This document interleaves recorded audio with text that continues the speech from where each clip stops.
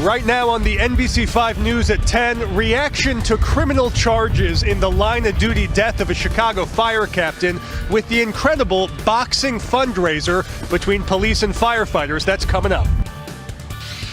A unique farewell service to remember Pope Francis in Chicago tonight as the world prepares to say goodbye tomorrow. The weekend's not bad weather-wise, but there is a severe weather threat coming early next week. Brant's hour-by-hour stormcast is straight ahead. So you think you're getting a call from a loved one. They sound terrified, desperate, begging for help, but the voice isn't real. It's a deep fake. How scammers are using AI voice cloning apps to rip you off. The NBC5 News at 10 starts now.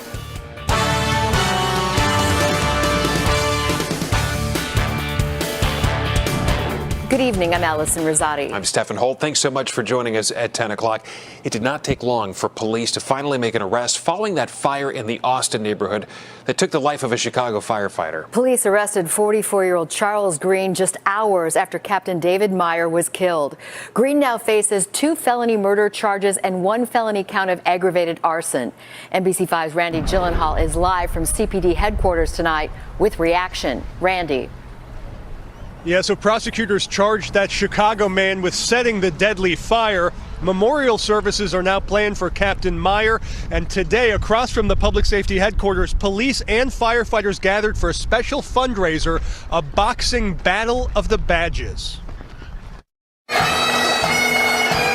On one side, hundreds of police. On the other, Chicago's finest firefighters. But before tonight's boxing match, a moment of silence honoring Captain David Meyer, the firefighter killed in the line of duty. Honoring our gold badge and gold star families. The importance of this work and how dangerous it is, and what a calling it is for someone to go out and decide to put their lives on the line. Team Fire!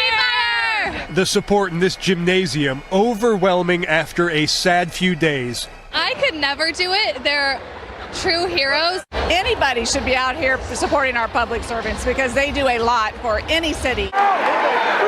Tonight's event, a rough and tumble, ready to rumble boxing tournament, raising money for families of first responders. It comes hours after police announced an arrest in the deadly garage fire. 44-year-old Charles Green now facing charges of murder and arson. They found him very quickly. The firefighters union grateful for the police work and for all their fellow first responders. This is a fundraiser to help support families. And this is good for us to get together and kind of unwind. This week was a very stressful week.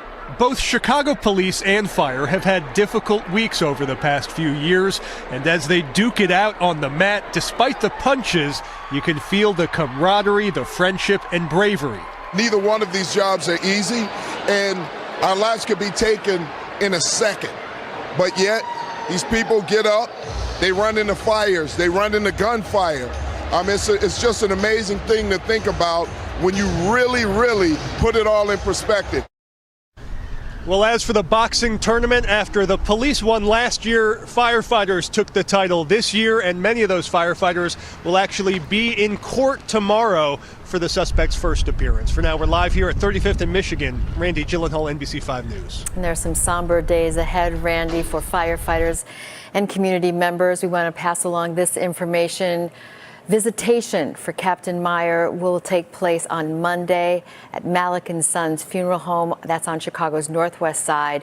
His funeral is set for Tuesday morning at St. John Brebeuf Catholic Church, and that's in Niles. We're going to turn now to northwest Indiana and a traffic stop in Gary that ended in gunfire. This happened this afternoon near 21st and Malcolm X Drive. According to the Lake County Sheriff's Department, the Gary police officers had stopped a car. A man who was in another vehicle and not involved in the stop got out and approached the officers carrying 2 knives.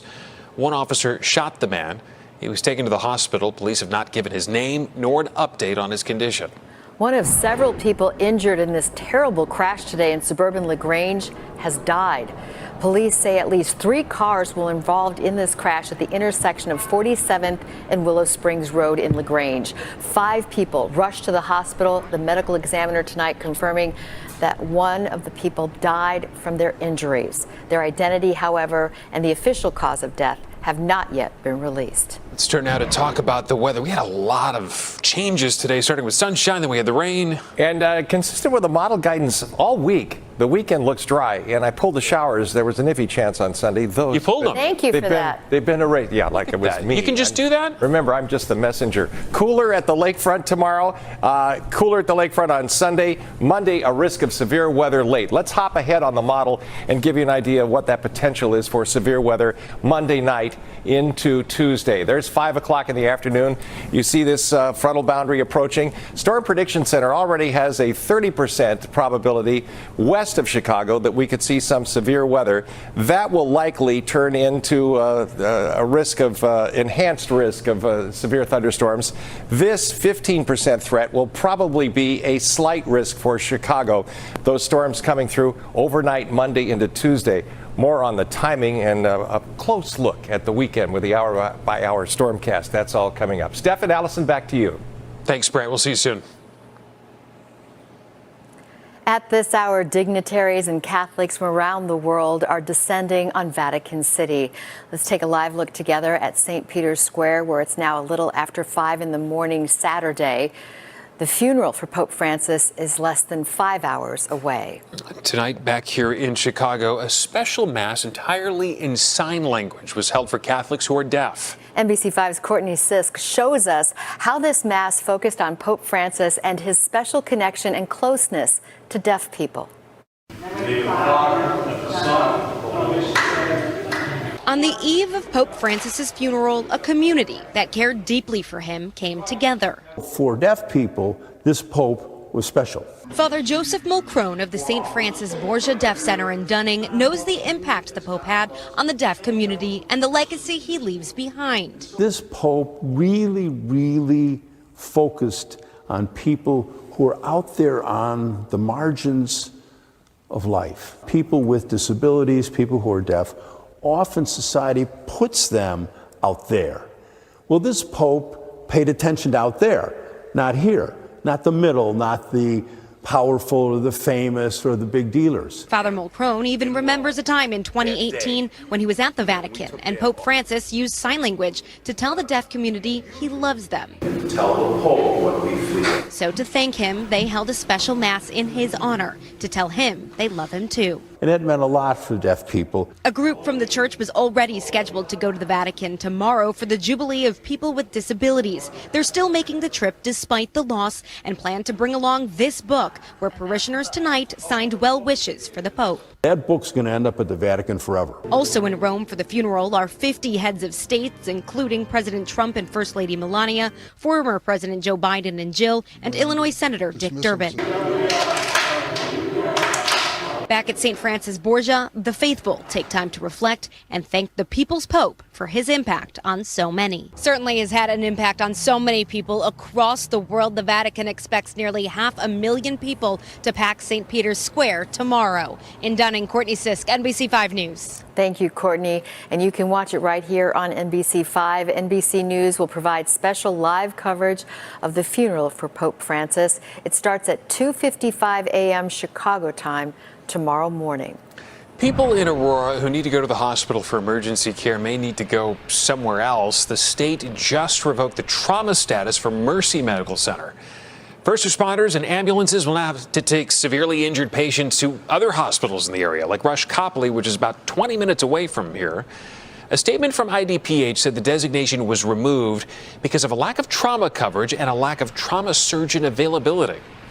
I don't anticipate a significant change to our response. We do have 9 advanced life support ambulances and also 9 advanced life support engine companies. Prime Health is the company that owns Mercy Medical Center. They put out a statement that says the number of trauma patients has declined at the hospital, and the designation doesn't change the quality of care that ER patients receive. Illinois Lieutenant Governor Juliana Stratton became the first to launch a formal bid for Dick Durbin's U.S. Senate seat. Stratton's announcement came just 2 days after 80-year-old Senator Durbin announced that he will not seek his 6th term. Today, she also received Governor Pritzker's endorsement.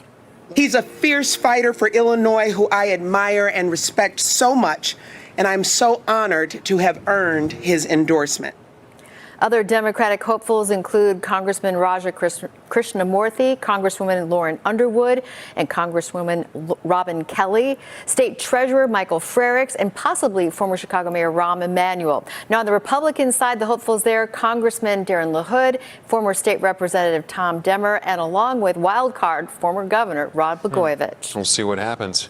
From politics to football, night 2 of the NFL draft, and the Bears had 3 more picks. And ahead in sports tonight, one of the newest monsters of the Midway is from East St. Louis, and he can't wait to play with Caleb Williams. So this is a complex federal death penalty case. Luigi Mangione just entered his plea in the murder of United Healthcare CEO Brian Thompson. And a story you don't want to miss. You think you're getting a call from a loved one, terrified, desperate, begging for your help, but the voice is not real. It's a deep fake. How scammers are using AI now to clone voices and rip you off. NBC5 Responds shows you how to protect yourself and your family. Got some breaking news tonight. One of Jeffrey Epstein's most prominent abuse survivors has died by suicide. Virginia Giuffre's family says she died in Australia, where she'd been living. Other Epstein victims have credited Giuffre with giving them the courage to speak out. You remember Epstein died by suicide in prison before he was set to go to trial. We always want to give you the reminder, if you or anyone you know is struggling, there is a nationwide crisis hotline you can call or even text. That number is 988. The man charged with murdering United Healthcare CEO Brian Thompson pled not guilty in court today. Luigi Mangione faces 4 federal murder and stalking charges. Prosecutors have indicated that they intend to seek the death penalty. This trial is expected to start next year. And an update for you tonight. The Milwaukee judge arrested earlier today by the FBI is now out on bond tonight. Judge Hannah Dugan is accused of obstructing the arrest of an undocumented immigrant. The FBI says ICE agents were waiting outside of court to arrest him when Judge Dugan escorted the man out through a non-public jury door. President Trump accuses the judiciary of standing in the way of his crackdown on illegal immigration. NBC5 Responds. So imagine this. You get a call. The voice sounds like someone you know, someone you love. They're terrified. They're begging for help. But it's not really who you think it is. It actually could be a scammer using deep fake voice cloning software to try to rip you off. Our PJ Randawa tonight with tips to protect yourself and your family. Deepfake technology is getting more convincing every day, and Ben Coleman, the head of a deepfake detection company, says it's the #1 digital risk people should be worried about. Over the last few years, there's been an explosion of calls claiming that we have your daughter. She's in trouble, send money or else. Well, what's happened more recently is the call comes in and says, we are your daughter. Hi, I'm your daughter. I'm in trouble. Send money right now. So what exactly is a deepfake and how does it work? A deepfake is taking anyone's likeness, whether it's their face, a single image from LinkedIn or online, or a few seconds of audio, and using a pre-trained model, replicating their likeness to make them say or do anything you want. These deepfakes are so advanced, it's even hard for experts to tell the difference. What's worse, there are no federal laws to stop somebody from cloning your voice without your permission. Consumer Reports reviewed 6 popular voice cloning apps, uncovering a troubling trend. So 4 of the 6 apps had no meaningful way to ensure that the user had the original speaker's consent to voice clone them. And the 2 other apps were better, had more safeguards, but we found ways around them. While it's practically impossible to erase your digital footprint, CR says there are some steps you can take to protect yourself. So the first thing is just knowing that deepfake scams like this exist. The second thing is using 2-factor authentication on all of your financial accounts. That means having an extra security feature on your smartphone device that requires you to input a security code or respond to an email when trying to gain access to your bank accounts. And then the third thing is just being wary of calls, any type of texts or any type of emails that are asking you for your personal financial information or just personal data. And finally, do a gut check. Does what you're hearing or seeing make sense? By default, you should not believe anything you see online. You should always kind of follow just standard common sense. PJ Randawa, NBC5 Responds. Isn't it wild how technology allows that to happen in the first place? It's frightening, too. Frightening. Because you think it's a real Am I family really- member. Is this a hologram, or am I really here? I think it's Virtual really Brant you, Miller. Brant. and we're counting on you tonight for some good news. That's what we're counting The on. weekend is improving. Although you can see the tops of the buildings are obscured, it's kind of a hazy, drizzly-looking night. 50 is the current temperature at O'Hare. Tomorrow, 53. That's it. The winds down Lake Michigan, so cooler at the lakefront. 66 on Sunday, and it looks like the showers avoid us. Maybe across Wisconsin we could see a couple of showers. Late Monday into Tuesday, windy and 80 on Monday. Monday night into Tuesday, potential for severe thunderstorms with this frontal boundary coming through. 77 on Tuesday. Let's give you an idea what's going on right now. And it's not a lot for Chicago. We wound up with a day today that had some thunderstorms toward midday. We started with sunshine, and we've got cloud cover now. And overnight tonight, we'll start to see a little bit of clearing occurring. Here's what the hour-by-hour stormcast is saying. Some hints of clearing, and then sunshine tomorrow. But cooler at the lakefront. There'll be some 60s well inland, but only lower 50s near the lakefront. And here's the change that we're seeing on Sunday. Maybe a couple of showers and sprinkles that dance along the Wisconsin state line and just slide over into Lake Michigan. Southeast component to the wind, so we still keep that cooler at the lakefront. Water temperature in the lake is in the upper 40s, close to 50 degrees. And now we close in on what's happening first part of next week. Here's the hour-by-hour stormcast. Monday, winds out of the south. We'll hit 80 degrees for the high temperature. This frontal boundary starts to approach. It looks like it's still coming in at night. Storm Prediction Center has a 30% severe risk. That could translate to the enhanced risk. And 15% will probably wind up being the slight risk for Chicago. Timing, 9, 10 o'clock at night. This still appears to be a nocturnal event happening overnight into the early morning hours. And again, our storm team will be in place to keep you safe. And put our app, we say that all the time, but put our app on your smartphone so you can take the radar. And when you tuck yourself in at night, you've got that security of having that information. Storms late Monday into Tuesday. The weekend looks dry at this point. And into next week, temperatures holding in the 60s. Now, Brant's weather photos. Check this out. Beautiful. I mean, it just Somebody was busy last fall. Look at how, seriously, look how many bulbs. Just beautiful stuff there. Rick, thanks for sharing that. And you see down through the neighborhood, this. Tug of war? Terry. My money's on the robin. Yeah, I think so. Yeah. I think the worm is stretched as far. That just looks painful, doesn't it? No longer an inchworm. Nope. No. Okay, there's the score of that. That's it. Mark right here, Allison Rosati. All right, it's Friday night. 10:18, almost 10:19. Enjoy the weekend. See you back Monday at 10. Thank you, Brant. Well, Kai's going to be right back with your weekend traffic report. And a Southside church celebrates 100 years. Late News on NBC5, sponsored by your Chicagoland BMW Centers. I'm Kai Martin. Let's look ahead to weekend travel. The CTA is doing track work on the red, brown, and green lines. Expect delays there. There are going to be delays on the O'Hare Blue Line branch. However, these are not related to CTA work. It's related to the work that IDOT's doing on the Kennedy Expressway. Single tracking as well between Montrose and Addison there. So just plan for some extra time. The good news is it's off peak and it will be done by Monday's commute. IDOT, the Shorewood work at I-80 at I-55 heating up over the weekend. Wrigley Field, the Phillies are in town at the Cubs.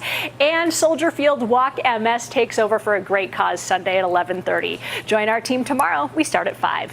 Thank you, Kai. A beloved Southside church celebrating a huge milestone tonight. The Providence Missionary Baptist Church commemorating its centennial anniversary. Happy anniversary.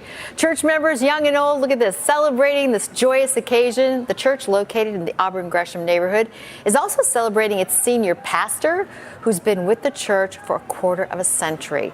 And the celebrations will continue throughout the weekend. Congratulations. Happy anniversary, 100 years. Wow. Through rain, through snow, and through sleet, he has delivered the mail to people in Chicago's Mount Greenwood neighborhood for 40 years.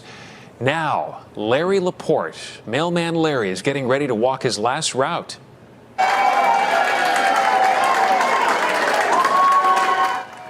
People in the neighborhood gathered for a party to say thank you to Larry. There were lots of tears, lots of hugs, wishing their favorite mailman a farewell. And in retirement, Laporte plans to travel. He wants to catch his grandkids' sporting events, and hopefully someone sent him a card in the mail. And someone else delivered it. There he is. Larry, congratulations on your retirement. Happy 40 years. retirement Wow. to him. That's so sweet. It is so I love sweet. it. All right, Casey, tonight's another big night for the Bears. Yeah, more sweetness for the Bears. A lot going on. We had a couple other picks, so the Bears added on. It's very exciting. They had a few more player makers to the draft class. We'll tell you where they added on and what GM Ryan Poles saw in their first-round draft pick. And the Cubs are looking like the best team in the National League. How they fared after a rain delay on the north side. We know rain delays are always good for that team. More in sports after the break.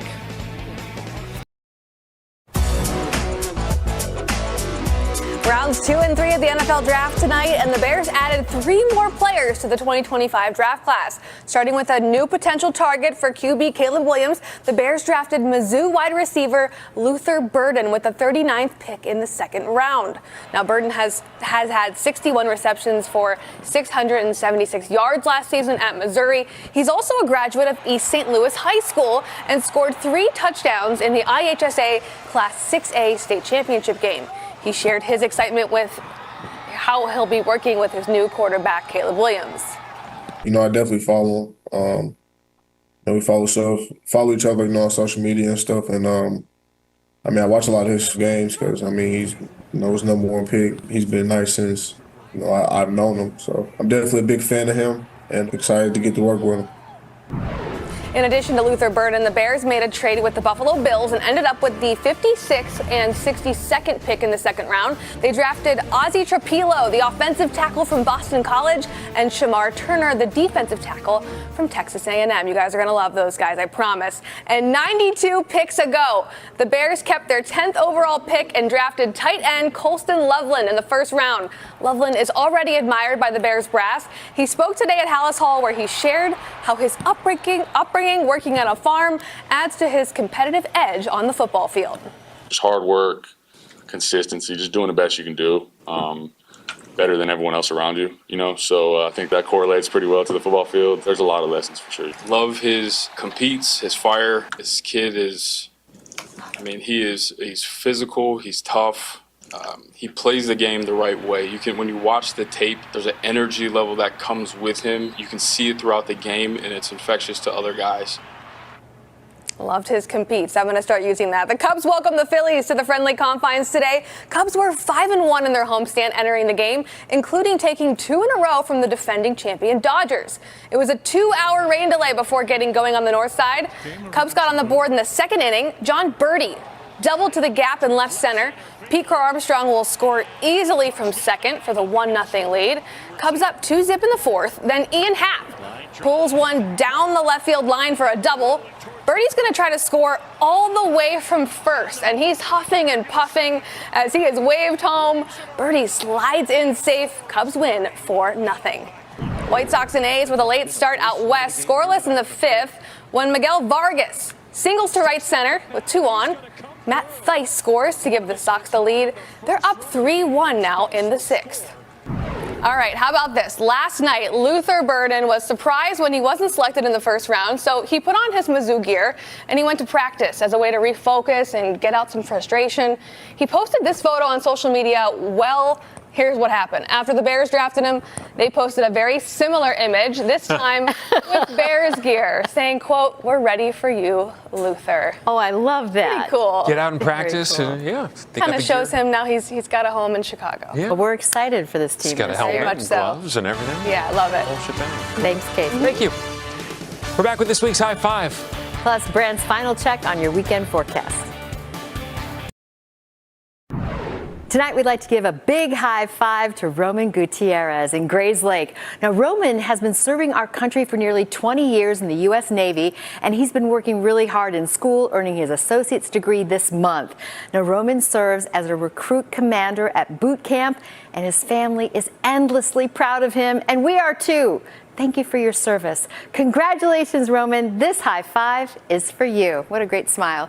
If you'd like to nominate someone special for a high five, just scan the QR code you see there with your phone or go to NBCChicago.com/high5. Fill out that nomination form. Tell us about somebody special, and who knows, they just might get a shout out on our News at 10 on Friday night. Thank you, Roman. Brant Miller, weekend looking pretty good. Yeah, it does look good. Improving conditions from what we saw this afternoon. Tomorrow, a dry day, 53, cooler at the lakefront. Sunday, 66, cooler at the lakefront. Potential for severe weather Monday night into Tuesday. Stay with our storm team for updates throughout the weekend. We'll be watching. Thank you, sir. We can't wait to get our weekend started. Right now. Looking at the clock. Yep. Almost there.